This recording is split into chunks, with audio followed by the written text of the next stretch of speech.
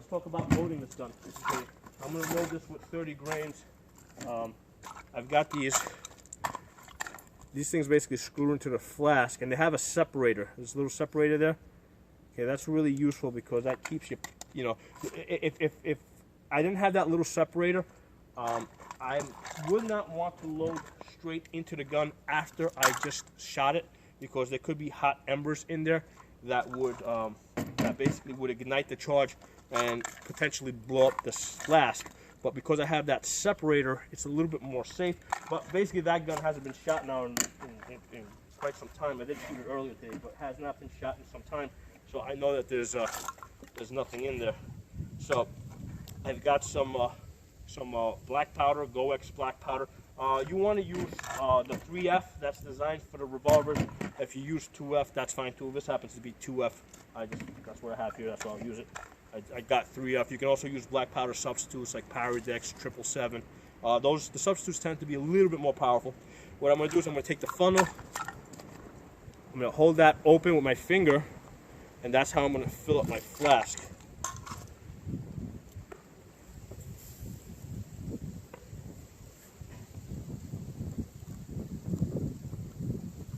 Just shake it, get it in there.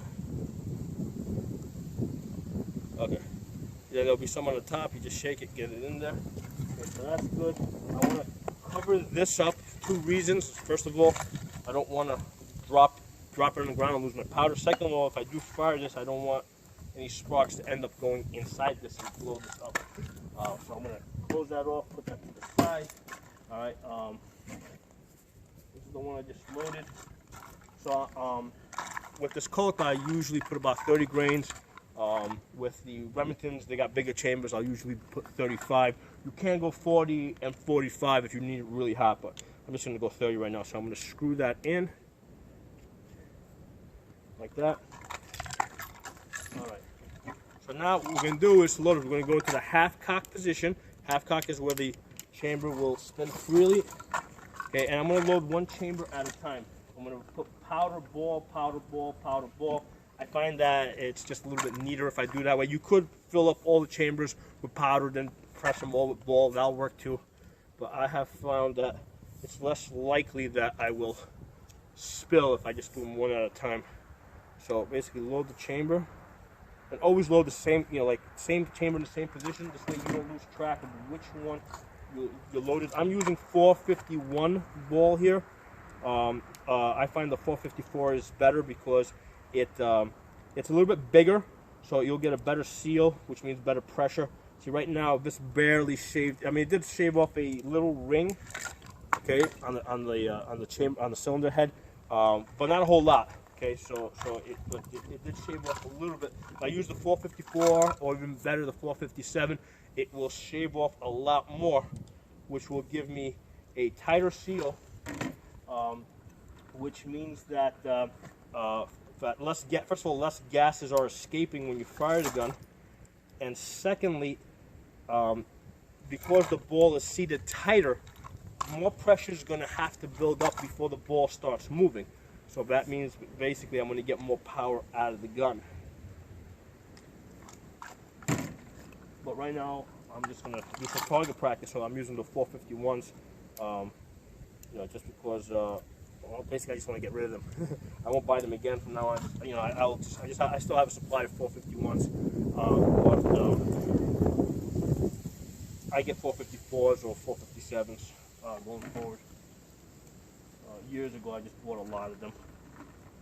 You try to avoid pointing it straight at your head. You want to just try to keep it pointed somewhat away, just to reinforce that safety thing. You want to feel very uncomfortable if you're pointing the gun at your head. Okay, but you do need to be able to look down the chambers and see what's going on in there. So you can see once I fill up the chamber, take the ball, put it there, rotate it around, right, and then I use that lever to press the ball in. Okay, there's one more to go.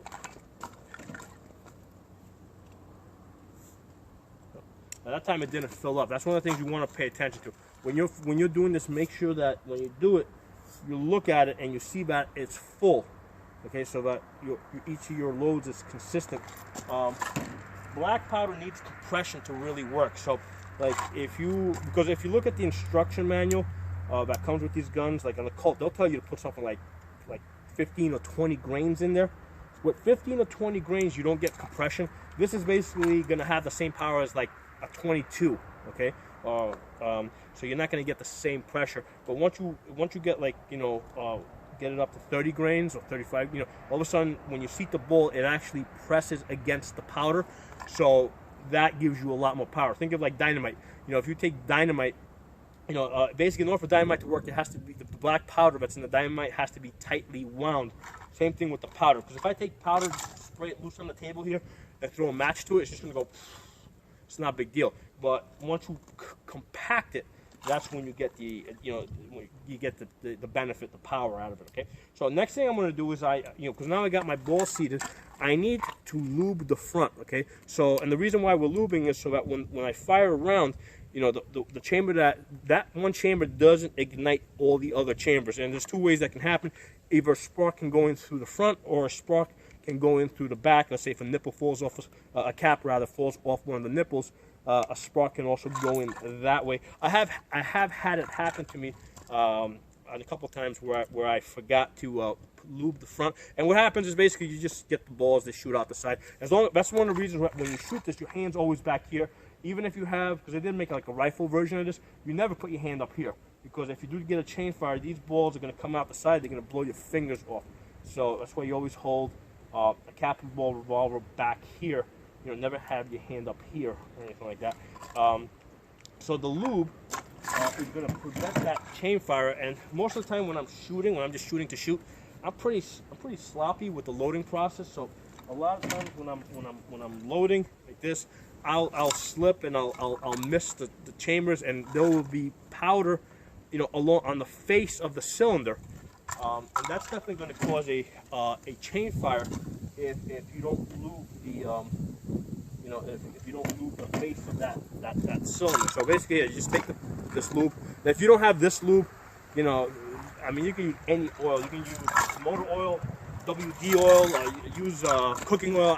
Just something that And then what you do is you take that, you go through into each one of the chambers, right? So basically, see how I'm doing it? You just go into each one of the chambers and just spread that out, spread that around.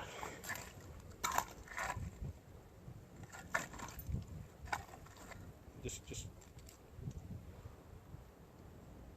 and then you also just put it on the face. So you got it in each chamber, and you got it on the face. And if you're doing this on a hot day, this will basically turn into like liquid form, which is easier to apply. But right now it's solid because it's not like 90 degrees outside. But if this was liquid, this does turn into liquid. Basically, if you turn it over on the side, it all just spills out. So this definitely turns into water on a hot day. So now we got the powder in, we've got the ball in, we've got the lubricant in the front to prevent the chain fire. Now we're ready to put the caps in. Okay, caps basically I use Remington number 10s. I think they work great. By the way, these are Paeta revolvers. I have found them to work great. They are cheap. Like these Colts, I get them around Christmas time for $120. The Remingtons, I get them for about $180. Right now, yeah, you're gonna pay a lot more. I think they're going for like $220, $230 right now, just because of first of all, it's not Christmas season, and number two, everybody's buying them for the same reason that you're buying them now. Okay? So next thing we're gonna get the gun pointed in a safe direction. Now we're gonna put the caps in.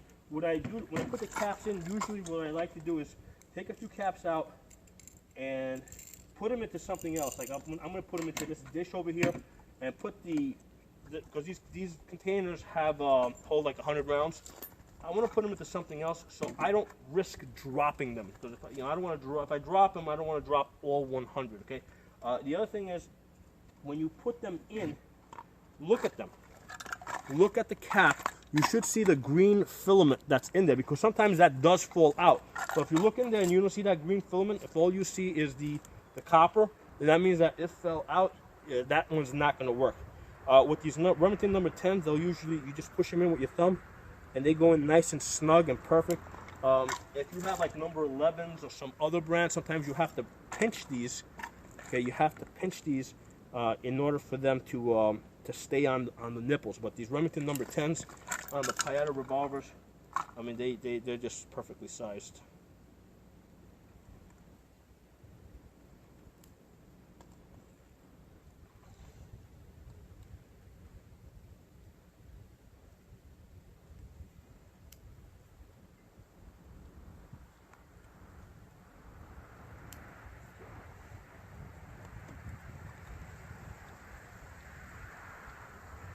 Okay, so I got all 6 caps in on the nipples, and now what I'm going to do is I'm going to go to full cock, okay, and then decock it and rotate and get the hammer rested on that stud between the nipples, okay?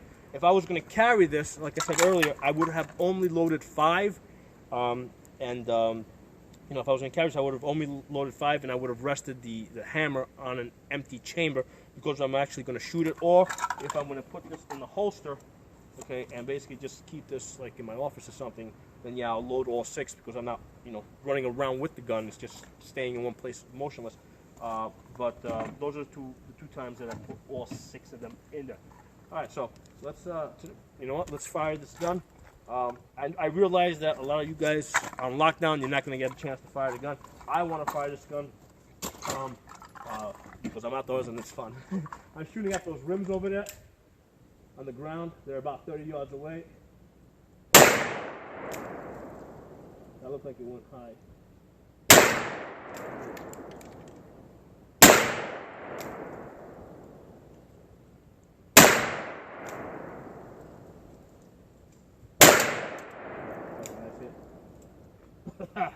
Smoke it.